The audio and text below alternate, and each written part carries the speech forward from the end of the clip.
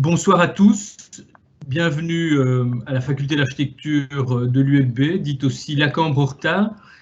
Nous allons à 4 vous faire une présentation de ce que sont les masters dans notre faculté, mais aussi vous présenter ce que sont la formation continuée et 2 masters de spécialisation. Ce n'est sans doute pas la raison première pour laquelle vous êtes venus à cette réunion de ce soir, mais ça vous montrera à la fois la dynamique de la faculté et les domaines particuliers dans lesquels la faculté entend se développer. Pour ce faire, nous avons convié, et pour ne pas que ce soit une sorte seulement un monologue, alors, je ne sais pas comment les présenter de cette manière-ci, une barbe de longs cheveux, Geoffrey Grulois, qui nous présentera le master de spécialisation en urbanisme. Benoît Moritz, barbe de 3 jours, polo bleu, qui nous présentera le master en management territorial que nous développons à Charleroi. Et enfin, Francis Metzger viendra vous expliquer quelques éléments d'une formation continuée, la première formation continue qui a été développée dans notre faculté et qui, cette formation continuée, s'attache aux questions de patrimoine. Nous allons donc passer en revue 2 masters, parce que c'est important aussi, et ça témoigne là encore des différents visages de notre faculté. Nous organisons et nous co-organisons un master en architecture et un master en architecture du paysage. On discutera d'ailleurs même de passerelles qu'il peut y avoir entre les deux, chose à laquelle on pense sans doute pas assez. 2 masters de spécialisation, j'ai déjà eu l'occasion de le dire, urbanisme, management territorial, évoquer la formation continuée dans notre université, dans notre faculté, patrimoine, et une nouvelle formation qui ouvrira à la rentrée prochaine sur le PIM. Je pense qu'il est important de comprendre la faculté, au-delà des questions dont on pourra détailler de cours, de contenu, mais c'est une faculté qui a des caractères particuliers et en préparant cette présentation, je me suis rendu compte qu'une de nos qualités, parce que je pense que c'est vraiment une qualité, c'est de pouvoir collaborer. Et particulièrement aujourd'hui, en 2020, on n'est plus isolé dans notre tour d'ivoire et certains de tout détenir nous. Et donc, vous allez voir des projets là ou des enseignements qui sont menés tantôt avec l'École polytechnique de l'Université de Bruxelles, tantôt avec les bio-ingénieurs de Jean Blou, ou encore la Haute École Charlemagne, c'est pour l'architecture du paysage. L'Université de Mons collabore avec nous à ce master en management territorial à Charleroi, et la VUB travaille avec nous sur la formation continuée en patrimoine pour l'instant, peut-être pour l'urbanisme dans un second temps. Encore une fois, choisir un lieu d'enseignement, ce n'est pas juste choisir des cours, c'est faire partie d'un milieu et donc adhérer ou comprendre et connaître la faculté et le milieu dans lequel on va s'inscrire. Et donc, quelques éléments peut-être du caractère de notre faculté. C'est une faculté, je pense, dans laquelle l'enseignement est particulièrement dynamique. Et j'en veux pour preuve, j'en ai pris ici 2 exemples. Une semaine d'innovation pédagogique que nous avons créée, qui a lieu avant les vacances de Pâques, et qui est un appel à des formes d'enseignement très diverses et qui concernent les bacheliers, mais aussi les masters. C'est aussi l'idée, Everything but Architecture, de, là encore, faire appel à des experts extérieurs et bien dire que nous ne sommes pas une faculté qui croit pouvoir tout faire elle-même, mais qui, au contraire, parvient à choisir et les meilleures collaborations dans tous les domaines pour vous apporter, à vous qui vous inscririez chez nous, ce qu'il y a de meilleur dans ces différentes disciplines. C'est aussi, peut-être que Geoffrey pourra y revenir, et peut-être vos questions, une faculté qui est particulièrement dynamique grâce à la recherche. Je pense que toutes les facultés d'architecture en Fédération Wallonie-Bruxelles ne sont peut-être pas aussi avancées en matière de recherche, et la recherche est évidemment liée à l'enseignement. Et donc, si on est à la pointe de la recherche, ça ne peut avoir que des conséquences bénéfiques sur les enseignements. C'est aussi une faculté qui est originale, sans doute, par le profil des enseignants. Et d'ailleurs, vous allez voir autour de la table ici nos 4 profils sont assez révélateurs de professeurs qui sont aussi, pour certains, chercheurs, mais aussi beaucoup de professeurs qui sont praticiens d'architecture, praticiens d'urbanisme, conseils d'urbanisme ou d'architecture, et donc qui sont vraiment ancrés dans la réalité. Donc je pense que c'est une force particulière de notre faculté, c'est de ne pas dispenser un enseignement éthéré, mais c'est au contraire dispenser un enseignement incarné, et entre autres grâce au profil des enseignants. C'est aussi une faculté qui rayonne internationalement, qui à la fois est appréciée internationalement et qui, comme je vous l'ai déjà dit, ne répugne absolument pas à tisser des liens à l'international. Et donc, pour les étudiants qui nous rejoignent, c'est une opportunité de faire des Erasmus tout au long du monde. Ça va de Buenos Aires, passant par Sao Paulo, allant jusqu'à Tokyo, et évidemment tous les pays européens. Donc, ça aussi, ce n'est pas juste le plaisir d'égrener une collection de villes plus palpitantes les unes que les autres, mais c'est dire que nous sommes donc crédibles pour toutes ces universités qui font de nous un partenaire pour ces échanges, des échanges qui sont effectifs, des échanges qui sont in et out, c'est-à-dire autant nous envoyons des étudiants que nous recevons des étudiants. Et ça aussi, c'est témoin de la qualité probablement de notre enseignement, c'est que nous ne sommes pas seulement dans une position de demandeur, nous offrons, et donc nous recevons à peu près 80 étudiants tous les ans, et 80 étudiants à nous partent à l'étranger, donc il y a un échange quasi parfaitement équilibré, et donc c'est de dire aussi, pour ceux qui nous rejoindraient en master, qu'ils vont côtoyer des étudiants qui viennent du monde entier. Et c'est extrêmement intéressant, autant pour les questions interpersonnelles, que pour les questions de réseau, pour des questions de renom. Ça veut dire que vous avez un diplôme, notre diplôme, qui a une valeur à l'international qui est sans doute aussi un peu particulière. Et c'est aussi une faculté, c'est important aussi de dire ça, qui est très engagée dans la société, et pas seulement en tant que faculté, mais les étudiants de notre faculté. Donc on mêle beaucoup de projets à la demande de contrats de quartier ou répondant à des problèmes de logement aujourd'hui. Et donc les étudiants, au cours de leurs études, peuvent déjà en découdre avec la réalité et faire des projets qui sont vraiment problématiques de la société. Autrement, nous sommes aussi un acteur culturel assez important. Nous proposons un nombre très significatif de conférences, d'expositions que nous menons en propre ou bien en collaboration. Et donc, c'est vous dire qu'en venant à la faculté d'architecture de l'ULB, vous êtes dans un contexte extrêmement vif, branché sur la plus grande actualité de l'architecture et donc très dynamique et je pense intéressant. C'est le contexte de la fac, mais il y a aussi le contexte de Bruxelles. Je ne sais pas si dans l'Assemblée, la plupart des gens sont de Bruxelles, mais Bruxelles est enfin redevenu un spot très intéressant pour l'architecture et l'urbanisme au niveau mondial. Je le dis d'autant plus facilement que ce n'est pas nous qui sommes les principaux acteurs de ça, mais on y contribue.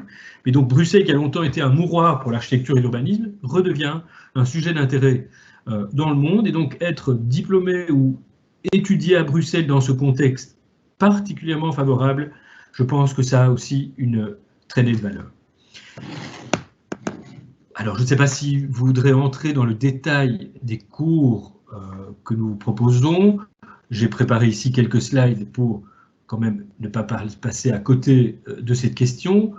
Peut-être simplement pour rester dans les généralités. Ici, vous avez les premiers modules qui sont les cours obligatoires du bloc 1, donc de la première année de master, et là, vous avez les cours théoriques du bloc 2, donc de la deuxième année de master. Et vous voyez que c'est assez peu de choses parce que beaucoup de place est laissée à d'autres types d'enseignements qui font plus appel à votre, je dirais, à votre tempérament personnel, à votre expertise personnelle. Et donc, vous avez évidemment des cours de théorie de la représentation, théorie de l'architecture, méthodologie du TFE en Master 1 qui vous prépare au grand exercice de Master 2 qui est le travail de fin d'études lui-même. Et vous avez des cours de philosophie esthétique et philosophie sociale et politique en Master 1. Mémoire, stage, exercice de la profession. Et il n'y a pas que ça, évidemment, comme matière théorique, mais c'est la matière commune à tout le monde, obligatoire. Et vous avez à côté de ça, et ça aussi renvoie à une grande spécificité de notre faculté. Vous pouvez choisir les ateliers de projet d'architecture, et puis nous le verrons ensuite, vous pouvez choisir des options de cours théoriques. Et là encore, témoin de la grande variété des choses que l'on vous propose dans notre faculté, du pluralisme que l'on défend dans la faculté. Donc chez nous, on n'apprend pas une seule doctrine de l'architecture, je serais tout à fait absurde dans le milieu et le monde de l'architecture aujourd'hui. Au contraire, on espère permettre aux étudiants qui nous rejoignent de s'ouvrir à différentes manières de faire l'architecture et de se faire sa propre, entre guillemets, religion. Certaines micro-mégalabs parlent plutôt d'urbanisme, d'autres plutôt je dirais, l'architecture presque comme un langage, l'architecture comme une discipline en soi. Architecture et anthropologie parlent de lui-même, d'autres manières de concevoir l'urbain et l'intégration de l'architecture dans l'urbanisme. Ici, Digital Fabrication Studio, des recherches sur ce que les outils numériques peuvent apporter à la conception architecturale et à l'architecture.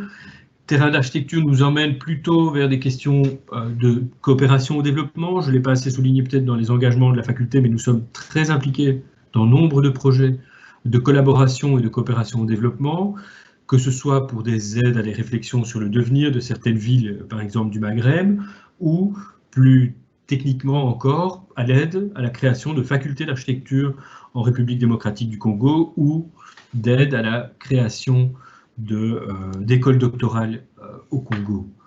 Nous avons aussi, alors si il veut bien me suivre dans les pérégrinations, 5, 6, 7, le choix des options, donc vous devez choisir, vous pouvez choisir des ateliers de projet d'architecture qui valent 10 crédits ECTS par quadrimestre, donc 20 sur une année académique. Et puis, vous pouvez choisir, et donc c'est vous dire la richesse de la proposition qui vous est faite ici, des cours théoriques ou des séminaires. Donc les formes d'enseignement de ces différentes options sont très variées. Ce ne sont pas que les sujets qui changent, mais c'est aussi la manière d'enseigner qui change et qui parlent tantôt d'architecture, d'architecture et de design, architecture et cinéma, paysage et territoire, restauration patrimoine, développement durable, ou encore histoire de l'architecture, HTC, histoire, théorie et critique. Et donc vous avez, vous voyez, tout un champ très vaste de propositions pour choisir et faire vous-même votre programme d'études. J'essaye de revenir. Nous organisons et nous co-organisons avec l'Université de Liège, au travers des bio-ingénieurs de Jean Blou et la Haute École Charlemagne, à la fois à Bruxelles et à Jean Blou, un master en architecture du paysage. Métier assez encore confidentiel, un métier qui est en plein devenir, une formation qui est la seule en Belgique, que ce soit francophone ou néerlandophone, donc une très grande originalité et un métier vraiment d'avenir. C'est pour ça que je mets un peu d'accent là-dessus, parce que c'est souvent trop méconnu.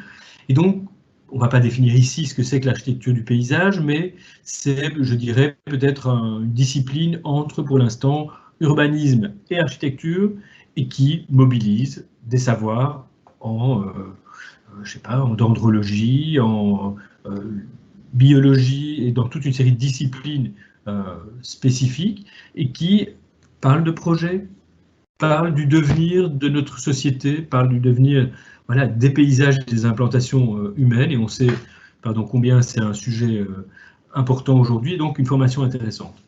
Je fais une petite parenthèse ici parce que je vous dis on n'y pense pas assez, c'est que ce ne sont pas des formations totalement étanches l'une à l'autre, et que quelqu'un qui aurait fait un master, c'est le premier tableau, par exemple un master en architecture et voudrait faire un master en architecture du paysage, eh bien il y a des facilités qui lui sont faites. Comme, et c'est le deuxième tableau, un étudiant qui aurait fait un bachelier en architecture, il peut se réorienter vers un master en architecture du paysage, moyennant une mise à niveau sur des questions voilà, plutôt d'ordre bio-ingénieur, mais c'est tout à fait possible. Donc il ne fera pas son master en 2 ans, il le fera sans doute en l'équivalent de 2 ans et demi, mais c'est tout à fait possible et je pense intéressant aussi pour témoigner là encore de l'ouverture peut-être de notre faculté. Voilà pour ce qui est de la présentation master. Est-ce que vous avez des questions avant que je ne passe la parole à Geoffrey Grulois d'abord pour le master de spécialisation en urbanisme, à Benoît Moritz ensuite pour le master de spécialisation en management territorial et à Francis pour le certificat d'exécutif master en patrimoine. Est-ce que vous avez déjà des questions? Est-ce que je bascule, moi, pardon, sur une autre fenêtre qui me permet de vous voir ou de voir vos réactions? Et est-ce qu'il est inconvenant et possible de voir un petit peu qui est notre auditoire? Ou en tout cas, au travers de leurs questions, de savoir quelles sont vos origines, qu'est-ce qui vous intéresse. N'hésitez pas, on n'est pas là pour faire voilà, une présentation frontale, vous à nous, ou nous à vous plutôt. Mais donc, n'hésitez pas, même si le format de la conversation écrite n'est pas des plus faciles, n'hésitez pas à nous poser des questions. Nous sommes là pour y répondre. Donc, je ne sais pas, Frédéric, est-ce que c'est toi le modérateur? Est-ce que tu peux nous aider dans cette interaction? Est-ce que tu vois des questions? Je n'en vois pas. Pas encore de questions. Alors, je laisserai la parole à Geoffrey.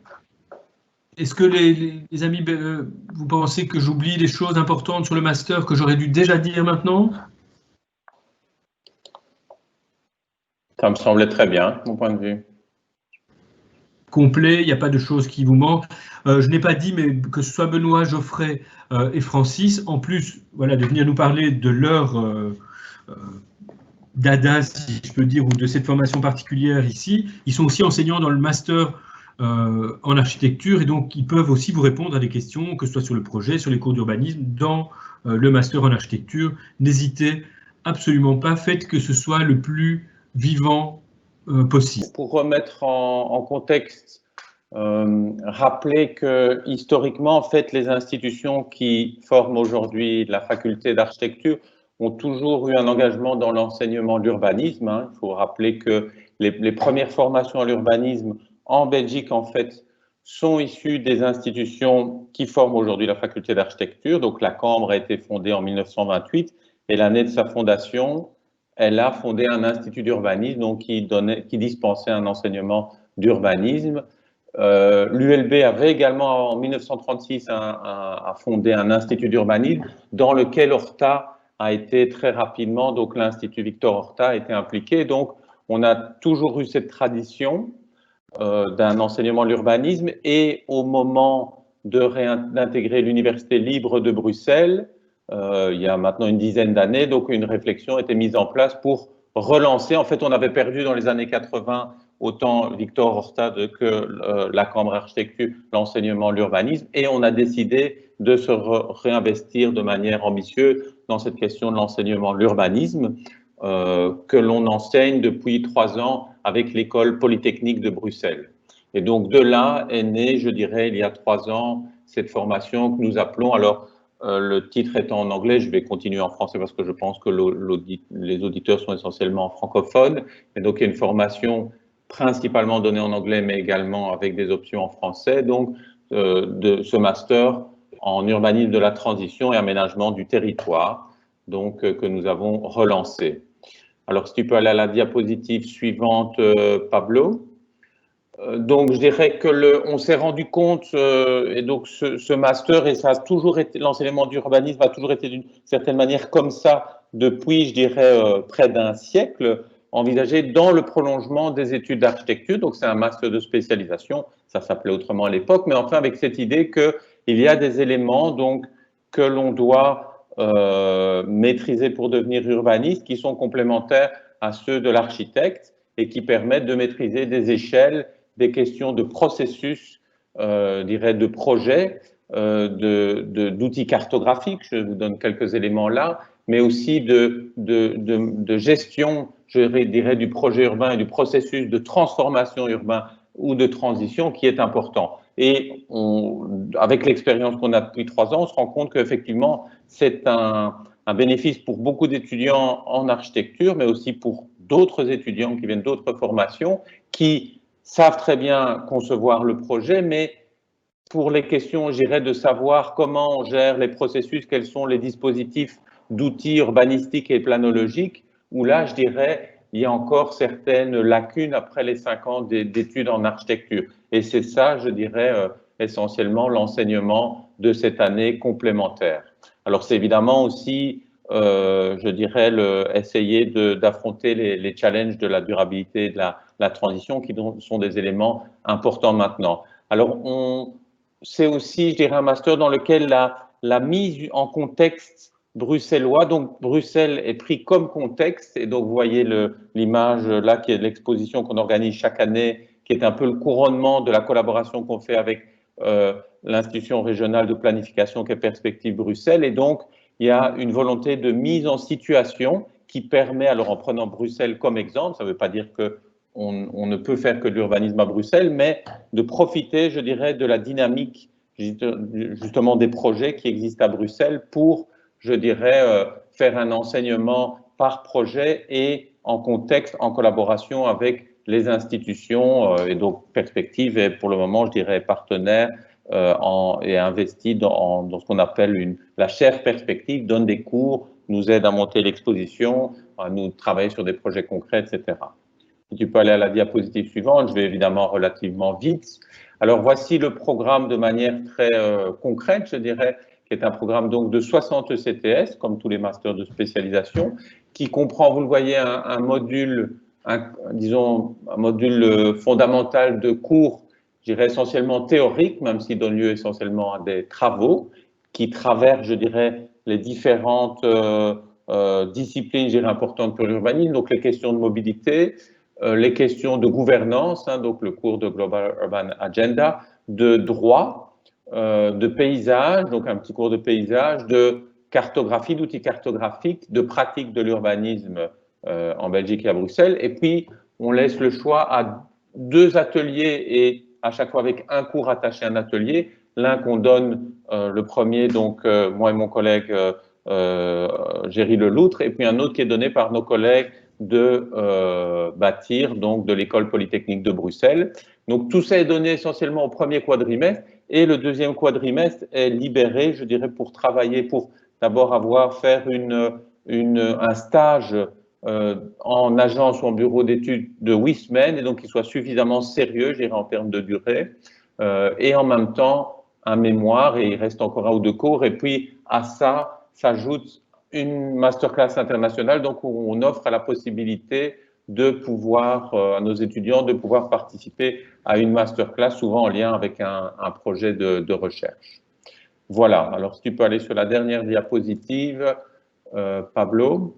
Donc là, c'est plutôt concernant les questions, puisque c'est une question évidemment importante d'admission. Donc, je l'ai dit, c'est plutôt un master qui est de spécialisation, donc qui est dans le prolongement des études d'architecture, d'ingénieur architecte ou d'architecte du paysage, mais on accepte également, donc et c'est très intéressant, on a chaque année, je dirais, 25% des étudiants qui viennent d'autres disciplines, de la géographie, de la gestion urbaine, de la sociologie, et donc qui rejoignent ce master parce qu'ils se rendent compte au cours de leurs études qu'ils sont plutôt intéressés par des questions de conception, plutôt que, je dirais, uniquement d'analyse géographique ou de sociologie, et donc ils ont envie de faire le pas et que ce master permet d'une certaine manière de rentrer là-dedans. Alors, pour ces étudiants en particulier, il y a un processus d'admission, évidemment, et ce qu'on fait, c'est qu'on ajoute un programme qu'on appelle de mise à niveau et qui est constitué en général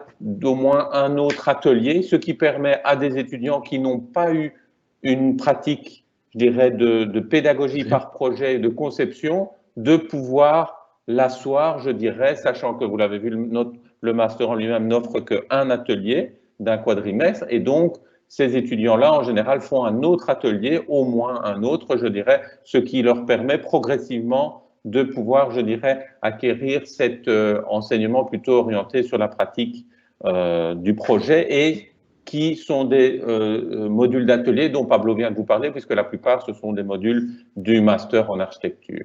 Voilà, j'en ai fini là, si ce n'est rappeler peut-être, j'en ai peu parlé, mais disons que les cours théoriques sont en anglais, et qu'à partir de là, on peut choisir si on veut un programme qui soit complètement en anglais en écrivant un mémoire en anglais et en suivant un projet en anglais, ou si l'on veut des options en français, donc dans le cas où on se sentirait un peu moins à l'aise et en même temps on a envie de perfectionner son anglais d'un point de vue technique dans ces questions-là, mais où on veut en même temps quand même continuer à écrire son mémoire en anglais parce qu'on se sentirait pas à l'aise. Voilà, j'en ai terminé. Merci beaucoup, merci Geoffrey. Alors, je ne vois pas dans la marge puisque j'ai juste l'écran. Est-ce qu'il y a des questions à ce propos ou est-ce que nous continuons? Frédéric, est-ce que tu vois des questions dans la... Je fais appel au modérateur. Non? Je remets mon micro parce que je vois une question là, effectivement. Donc, quelle discipline recommandiez-vous aux étudiants Erasmus de MA2? Donc, est-ce que la personne en ligne est mise anonyme? Malheureusement, je ne vois pas le nom donc, de la personne qui pose la question. Donc, mais est-ce que ça veut dire... allez, je vois quelqu'un d'autre. Donc, Mathieu qui me demande, bonjour, je suis urbaniste et fonctionnaire en France. Je souhaite intégrer le master en architecture. Ma question est la suivante. Le passage de l'urbanisme à l'architecture vous paraît-il envisageable au niveau master? Alors, j'imagine que ça, c'est pour toi, Pablo. C'est plutôt pour moi. L'idée étant de prendre au sein de master en architecture des options relatives à l'urbanisme et au paysage. Donc, je te laisse répondre, mais peut-être pour l'autre question sur les disciplines à recommander, peut-être que pendant que tu réponds, Pablo, cette personne-là peut peut-être en dire un peu plus sur sa question parce que je ne suis pas sûr d'avoir bien compris. Alors, pour ce qui concerne les passerelles entre, par exemple, urbanisme France, master Archi Belgique, il faudrait en savoir un peu plus parce qu'il y a des origines de formation d'urbanistes très très diverses et qui donc n'appellent pas toute la même réponse, puisqu'on sait que l'urbanisme aujourd'hui est tiraillé entre les ingénieurs et les sciences humaines. Mais je dirais que si la personne n'a pas un background d'architecture, aucun, alors c'est compliqué. Parce que vous devez savoir que l'architecture, mais peut-être que la réponse me vient, je ne vois pas dans quelle conversation ça se trouve, les amis, les questions. Donc, vous rappelez l'obligation que nous avons, et je parle sous le contrôle de Francis, qui en plus de ses qualités dans notre faculté est aussi vice-président de l'Ordre des architectes. Et la question que vous posez est évidemment liée à ça et à la profession et à ce à quoi nous préparons dans un master en architecture.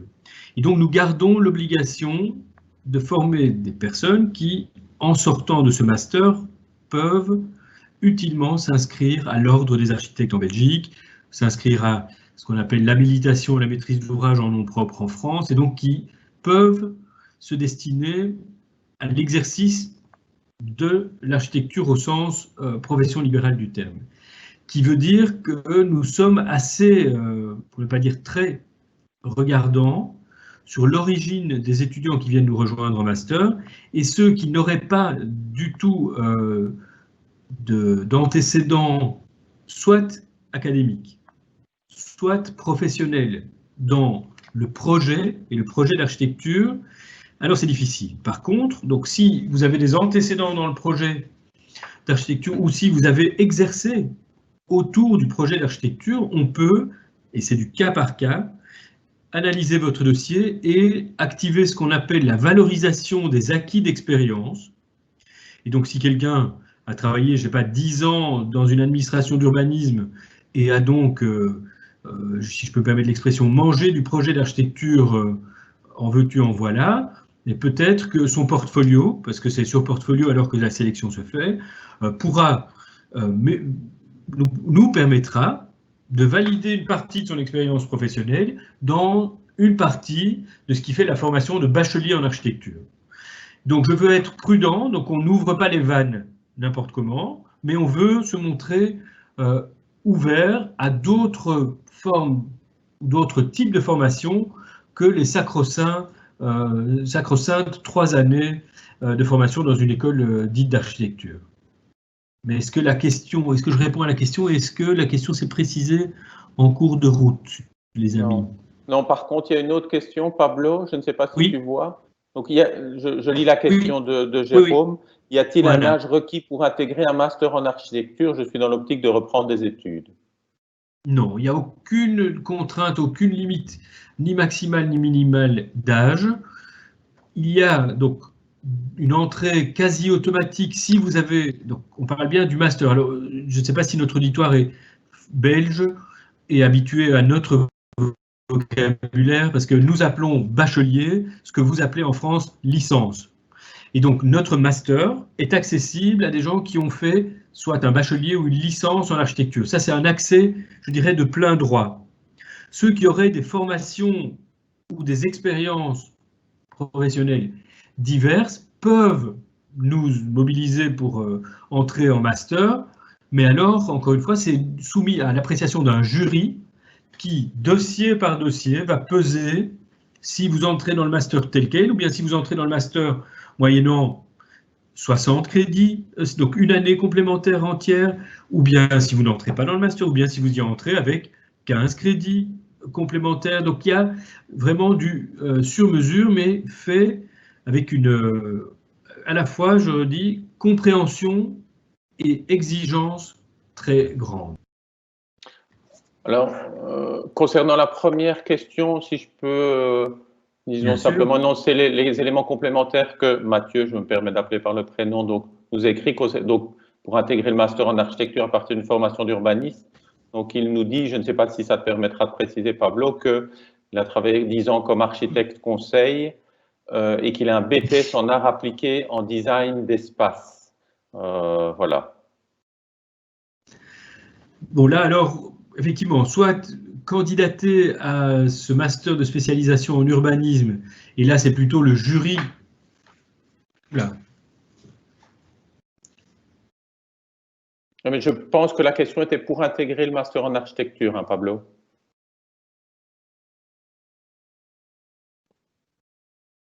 Je crois qu'on a perdu Pablo. Oui, exactement. La réponse, c'est vraiment cas par cas. Je crois qu'il faut vraiment étudier le dossier, recevoir toutes les pièces et les analyser en commission. Je crois que comme ça, il nous est difficile d'apprécier un dossier sans avoir toutes les pièces. Tout à fait. Et c'est la commission d'admission qui, à partir de toutes ces pièces, prend position toujours sur comment faire, disons. Alors, je pense qu'on pourrait passer, sans l'absence de Pablo, on pourrait passer à vos présentations, mais le problème, c'est que c'est Pablo, si je me trompe, qui contrôle les présentations. Je ne sais pas si éventuellement Frédéric pourrait lui reswitcher sur les présentations, sur le PowerPoint, s'il l'a. D'autant plus que je vois maintenant qu'on a perdu complètement Pablo, je pense, pour le moment. Tu as besoin de tes notes? Moi, je peux le faire sans image. Ok, non, si vous voulez y aller comme ça, et si Frédéric n'a pas la projection, alors allez-y. Donc, mon nom est Francis Metzger, je suis professeur à la faculté d'architecture et j'enseigne en 4e et 5e année dans un atelier qui s'appelle Mutation. Cet atelier, 2 dernières années d'études, mais j'ai aussi une activité comme praticien, comme beaucoup d'entre nous, et c'est très important d'avoir des praticiens dans l'enseignement. Et cette pratique professionnelle m'amène à travailler sur des patrimoines classés, mais aussi en architecture contemporaine. Alors, ce qui caractérise notre métier, c'est sans doute de faire des projets. Des projets, c'est anticiper une situation qui sera, c'est quelque part avoir une anticipation par rapport à un lieu. Et je dis toujours à mes étudiants, l'architecture est un rapport, c'est un rapport entre un lieu, un programme et un moment donné. Alors, la ville a beaucoup évolué depuis les 50 dernières années. Et il y a 50 ans, les modernistes avaient encore cette opportunité de travailler sur des terrains qui étaient de terrains plutôt libres, terrains vagues. Aujourd'hui, la ville est très bâtie et on a tendance à parler de mutation des villes et de travailler la ville à partir de la ville. Alors, quand le lieu est un terrain vague, ben c'est simple, on fait de l'architecture contemporaine. Quand le lieu est un bâtiment sans beaucoup d'importance, on va travailler comme un architecte d'aujourd'hui. Dans ce lieu, on va le transformer, on va le modifier en essayant d'y apporter une certaine créativité. Mais ça nous arrive aussi de travailler sur des bâtiments qui sont des bâtiments tout à fait intéressants, de grande qualité, des bâtiments classés ou des bâtiments qui font partie de la mémoire collective. Et donc là, c'est évidemment tout à fait une autre façon d'aborder cette architecture. Et l'ULB et la VUB, on propose un exécutif master en patrimoine qui a cette ambition de permettre aux architectes qui ont terminé leurs études, je dis aux architectes, mais c'est vrai que c'est ouvert aussi aux géographes, aux urbanistes ou à d'autres professions, d'aborder cette problématique du patrimoine. Il y a de plus en plus de patrimoine bâti, on accorde de plus en plus d'importance au patrimoine, il suffit de voir les journées du patrimoine, et c'est un métier qui est un métier très particulier, qui nécessite des compétences. Et en fait, à l'issue des études, on a décidé, ULB, VUB, de mettre en place 2 années d'études. Alors, c'est pas tout à fait 2 années, c'est 2 ans, effectivement, qui vont permettre aux étudiants de compléter leur cycle ou d'entamer une nouvelle formation qui est liée au patrimoine. Mais cette formation s'adresse principalement à des professionnels de l'architecture. Bonjour Pablo, voilà, on revoit Pablo. Oui, navré les amis, mais le Wi-Fi... Non. Donc cette formation s'adresse à des professionnels de l'architecture ou des professionnels du patrimoine. Et comme elle s'adresse à des professionnels, l'enseignement a lieu le vendredi après-midi et le samedi matin, ce qui permet à tous les professionnels, en tout cas, de se libérer une part de leur temps pour pouvoir suivre l'ensemble de ces cours. Alors je disais pour des professionnels, mais aussi par des professionnels.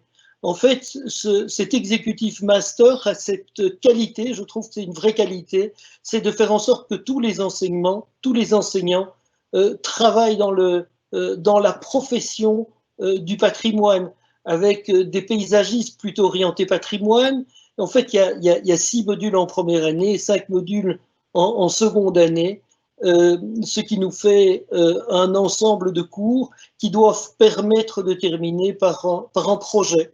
Alors ce projet peut prendre différentes formes, peut prendre la forme d'un mémoire ou d'un projet dessiné, et donc c'est ce qui sanctionne les 2 années d'études. Il faut bien se dire que c'est un certificat qui est l'aboutissement de ces études. Voilà en quelques mots, je dirais, le programme qui est proposé à l'issue des études d'architecture ou toute autre étude de master. Alors je disais, ça s'adresse à des professionnels. L'admission, en fait, est basée sur un dossier de présentation qui est validé par le jury. Pablo, Merci. si je peux me permettre peut-être, oui, il y a une question encore avant, si on peut revenir, ça ne dérange pas Francis, donc je ne sais pas si tu vois les questions. Donc, malheureusement, le nom n'est pas noté, mais qui demande si pour la formation en architecture, j'ai bien demandé celle-ci et ce n'est pas celle, donc il est possible d'étaler la formation afin de pouvoir travailler à côté des études pour permettre donc, de financer. C'est celle en architecture, donc le master en architecture. Écoute, il ne faut pas se mentir, d'une part, que nombre d'étudiants, et on doit constater à l'université en général que de plus en plus d'étudiants travaillent en même temps qu'ils font leurs études. Mais il reste que ce sont des études de plein exercice, comme on dit techniquement, c'est-à-dire des études dont les cours se donnent durant la journée, et que ce sont des études exigeantes, pas finalement tellement même le temps que l'on passe en présentiel avec les enseignants, mais ce sont des études qui demandent un travail, en général, assez poussé et continu. Donc ce n'est pas comme dans une série d'autres disciplines où pendant l'année c'est relativement soft et puis ça devient extrêmement dur durant les examens. Ici, c'est une évaluation pour le projet qui se fait quand même en continu, c'est une production qui se fait en continu, et donc c'est un travail de longue haleine, et donc ce n'est pas facile, mais ce n'est pas impossible. Nombreux sont les étudiants qui, aujourd'hui, font ces études de jour en même temps qu'ils travaillent. Est-ce que je réponds à la question? Je suis navré d'avoir été off, mais la connexion était merdique. Est-ce que j'avais fini de répondre à la question sur le master en urbanisme et le master de spécialisation en urbanisme et les origines des étudiants? On peut y revenir si vous le souhaitez. Oui, mais Pablo, je pense que cette question-là s'adressait au master en architecture également. Ok. Bon, mais donc ça j'ai répondu, me semble-t-il.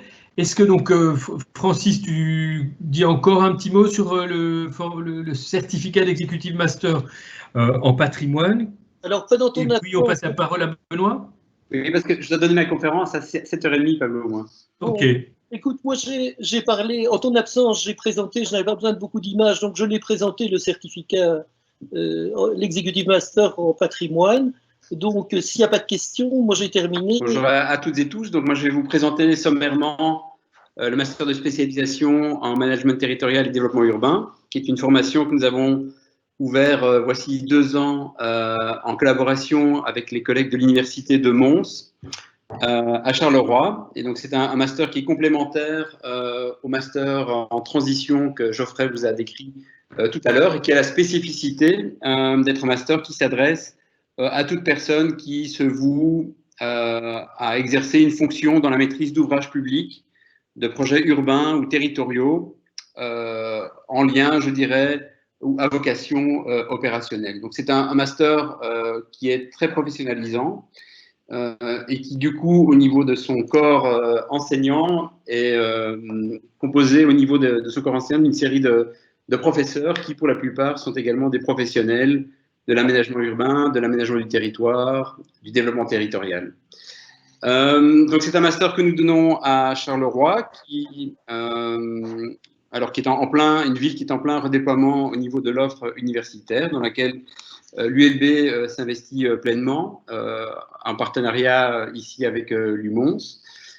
Pourquoi Charleroi? Bien parce que c'est une ville qui est en plein redéploiement elle-même, dans une condition post-industrielle de ville en transition. Il y a à Charleroi également toute une série de projets de différentes natures, développement urbain, mais également redéveloppement des activités économiques et industrielles qui ont lieu actuellement.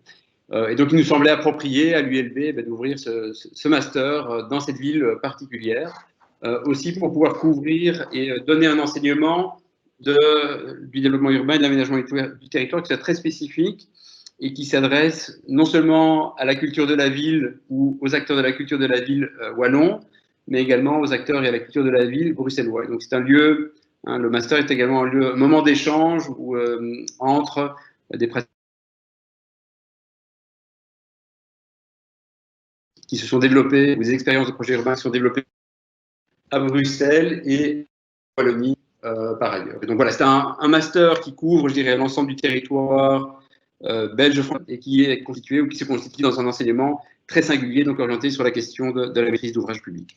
Donc la plupart des étudiants qui rejoignent cet enseignement viennent en fait d'origines différentes de leur formation. C'est un master qui a clairement interdisciplinaire, qui n'est pas spécifiquement axé sur la question de la conception urbanistique et architecturale du projet, mais plutôt qui est orienté sur la question du montage du projet urbain et territorial et de ses conditions de déroulement et de réalisation. Et donc, au niveau des profils des étudiants, nous avons bien sûr des architectes, nous avons également eu des anciens architectes devenus entre-temps urbanistes, nous avons également des étudiants qui viennent avec des diplômes plutôt sciences humaines, sciences politiques, sciences sociales, ingénieurs agronomes, environnementalistes. Donc la perspective, master de spécialisation est clairement une perspective qui est multidisciplinaire. Donc comme je l'ai dit, la vocation est clairement professionnalisante. Elle est basée sur un exercice de synthèse par rapport auquel je vais donner une conférence dans approximativement une quinzaine de minutes. Mais donc nous avons au niveau du programme de cours deux types de cours, des cours qui sont plutôt axés sur des dimensions plutôt réflexives liées à actuelle de la ville et des territoires contemporains, donc des cours assez généraux sur la société urbaine, sur l'urbanisme, la résilience, sur la question de la circularité, ce type de cours, mais également une série de cours donnés par des management du territoire qui sont plutôt des cours qui donnent des outils très concrets qui aident à concevoir des projets de développement urbain et à les opérationnaliser. Donc, nous avons par exemple un cours qui est donné par Hélène Guérard, qui est une économiste qui travaille dans un bureau de consultance et qui donne un cours sur l'économie et l'immobilier du projet. Et donc, c'est un cours dans lequel, de manière très concrète, elle aide ou elle explique les logiques de calcul, les logiques financières qui se trouvent ou qui sont propres, je dirais, à toute forme de projet d'aménagement de développement urbain. Donc, il y a une série de cours de plutôt nature réflexive, une série de cours plutôt très opérationnels, axés sur l'économie, le droit, la programmation, les jeux d'acteurs, un exercice de synthèse qui est l'exercice de simulation d'un aménagement opérationnel, hein, qui sera le sujet de la conférence que je vais donner dans une dizaine de minutes, et puis il y a également un travail de fin d'études. Donc, chez nous, il n'y a pas réellement de stage qui est lié à cet enseignement, c'est plutôt l'exercice de simulation qui est le moment de synthèse pendant lequel on tisse des liens avec des acteurs de l'aménagement. Alors, on en est à la deuxième édition de ce master. Actuellement, nous avons principalement travaillé avec différents acteurs publics qui s'occupent d'aménagement urbain à Charleroi.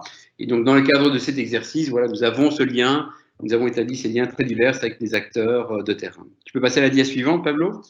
Oui. J'ai déjà dit ces choses. Vas-y. Oui.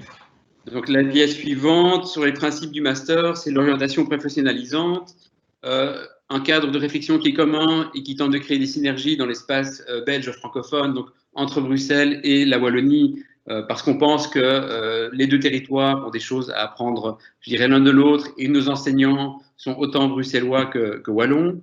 Une mise en réseau avec les secteurs de l'action publique, donc nous avons des partenariats privilégiés avec une série d'acteurs publics, municipaux, mais également des intercommunales, des opérateurs de développement urbain, mais plutôt orientés du côté du secteur public. La spécificité également d'articulation des cours théoriques et des cours qui sont plutôt liés à des exercices de simulation. Enfin, oui, quelques éléments, derniers éléments, l'ouverture à d'autres types de disciplines de ce master. Peut-être au niveau des débouchés, donc nous sommes à la deuxième année. La première année a été particulièrement fructueuse. Nous avions 8 étudiants, dont la plupart, enfin toutes et tous, ont retrouvé, grâce au master et dans le cadre de l'exercice de simulation opérationnelle avec lequel des contacts sont établis avec les politiques administratifs locaux. La plupart, enfin tous les étudiants travaillent aujourd'hui dans différentes agences ou administrations publiques. Donc les débouchés sont plutôt aussi des débouchés professionnalisants, axés sur des métiers du développement urbain, que ce soit au niveau communal, au niveau régional, voire des intercommunalités. Voilà, donc un master qui se déroule également entièrement en français, hein, ça je ne l'ai pas encore dit, qui fait intervenir voilà, une multitude d'acteurs. Donc il y a bien sûr les enseignants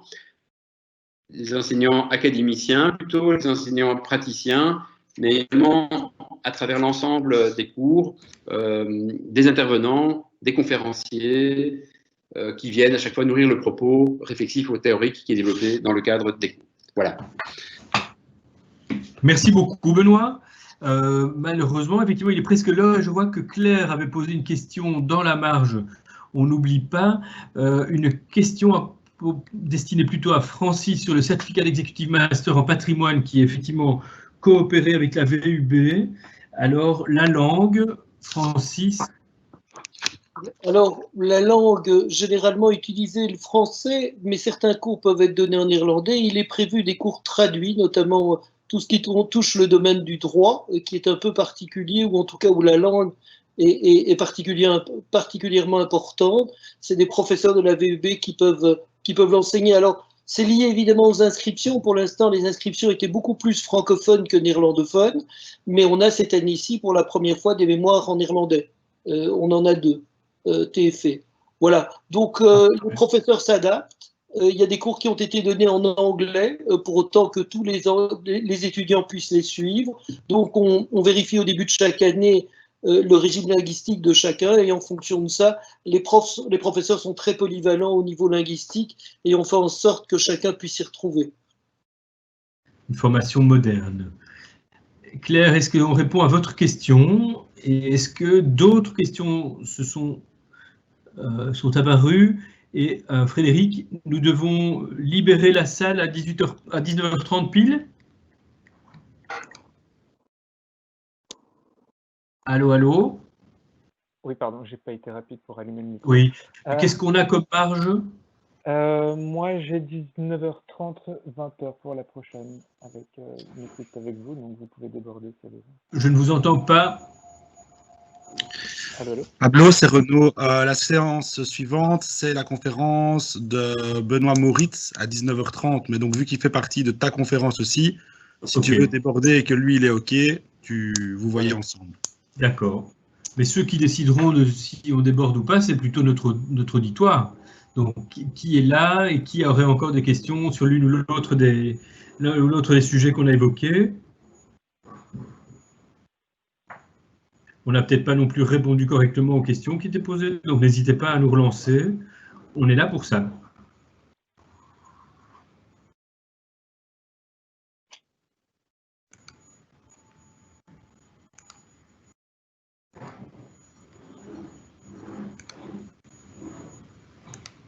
Peut-être.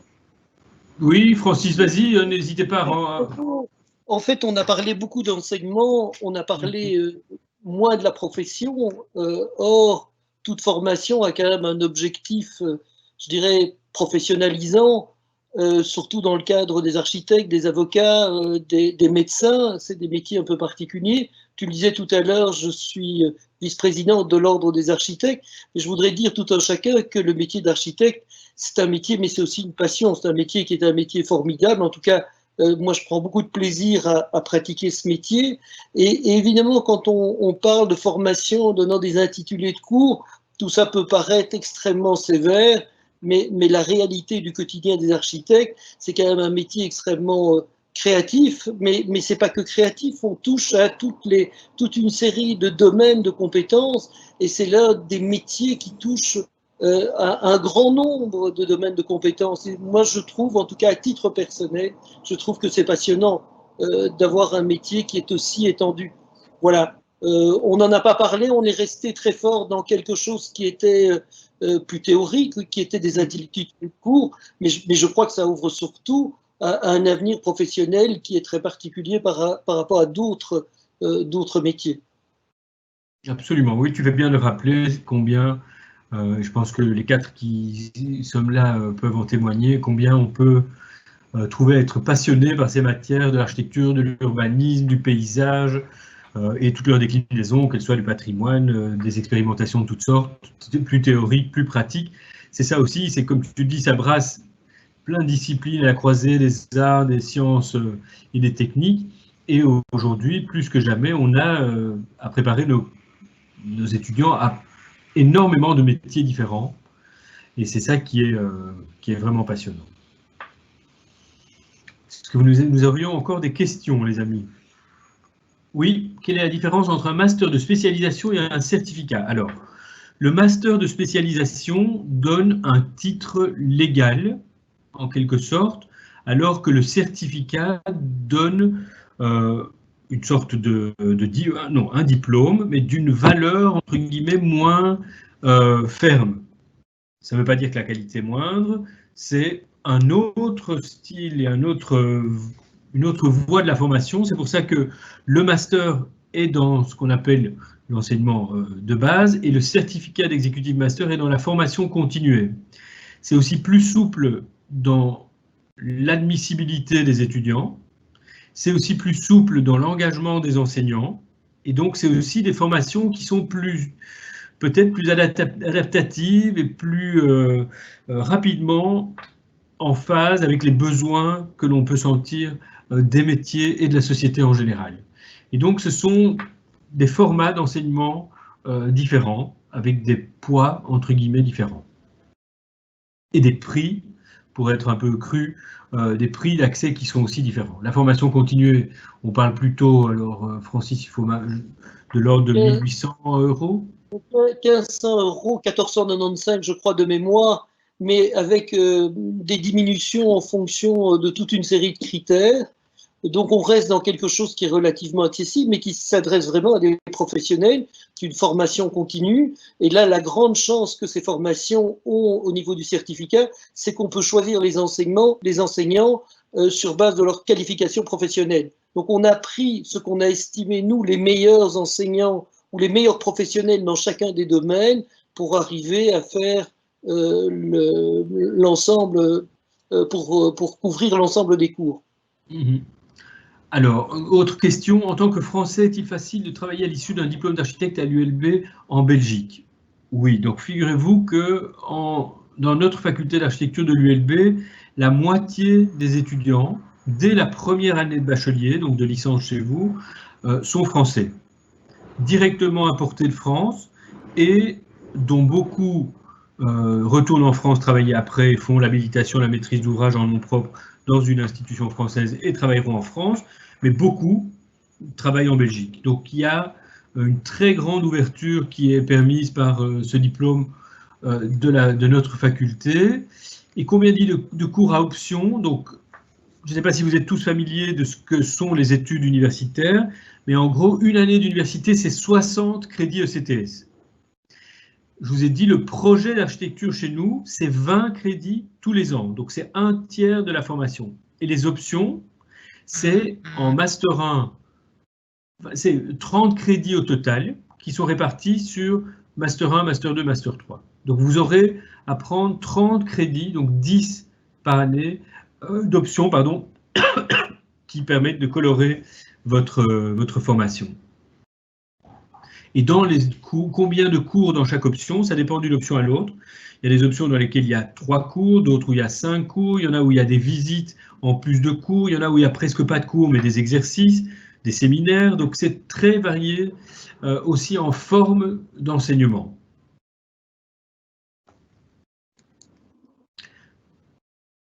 Est-ce que des étudiants sont dans Oui, donc des études. Il est arrivé, Francis répondra mieux que moi, que des étudiants juste diplômés en archi s'inscrivent dans le certificat d'executive master en patrimoine, oui, avec succès. Tout à fait. Ça ne pose pas de problème, mais nous avons aussi des professionnels qui sont depuis 20 ans dans la profession, qui sentent le besoin, parce qu'ils travaillent sur la ville, d'avoir une formation complémentaire. Et donc, on a un mélange extrêmement riche entre des gens plus jeunes et des gens plus âgés. Oui, et entre des professionnels ou des praticiens de l'architecture qui peuvent vous parler d'un détail technique et des gens qui travaillent plutôt dans les aspects, je ne sais pas, administratifs. Et c'est un mélange très productif. Ouais. Des gens qui viennent de l'administration aussi, chaque année, on a des gens qu'on côtoie dans l'administration qui ont vraiment une activité professionnelle intense dans l'administration, dans l'appréciation de projets. Ils estiment que pour leur formation personnelle, c'est très important d'avoir ces éléments complémentaires.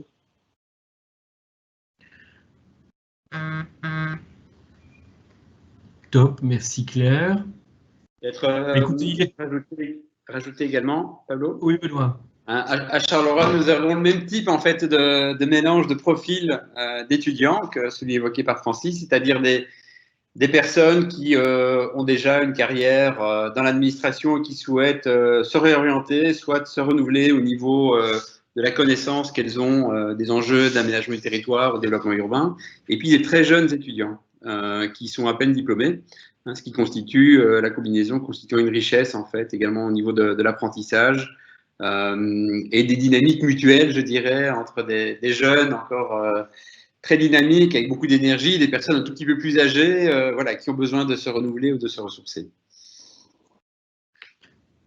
Parfait. Est-ce que je peux considérer que nous avons à la fois épuisé notre temps et répondu à toutes les questions, surtout, et de passer alors la salle à Benoît pour sa conférence?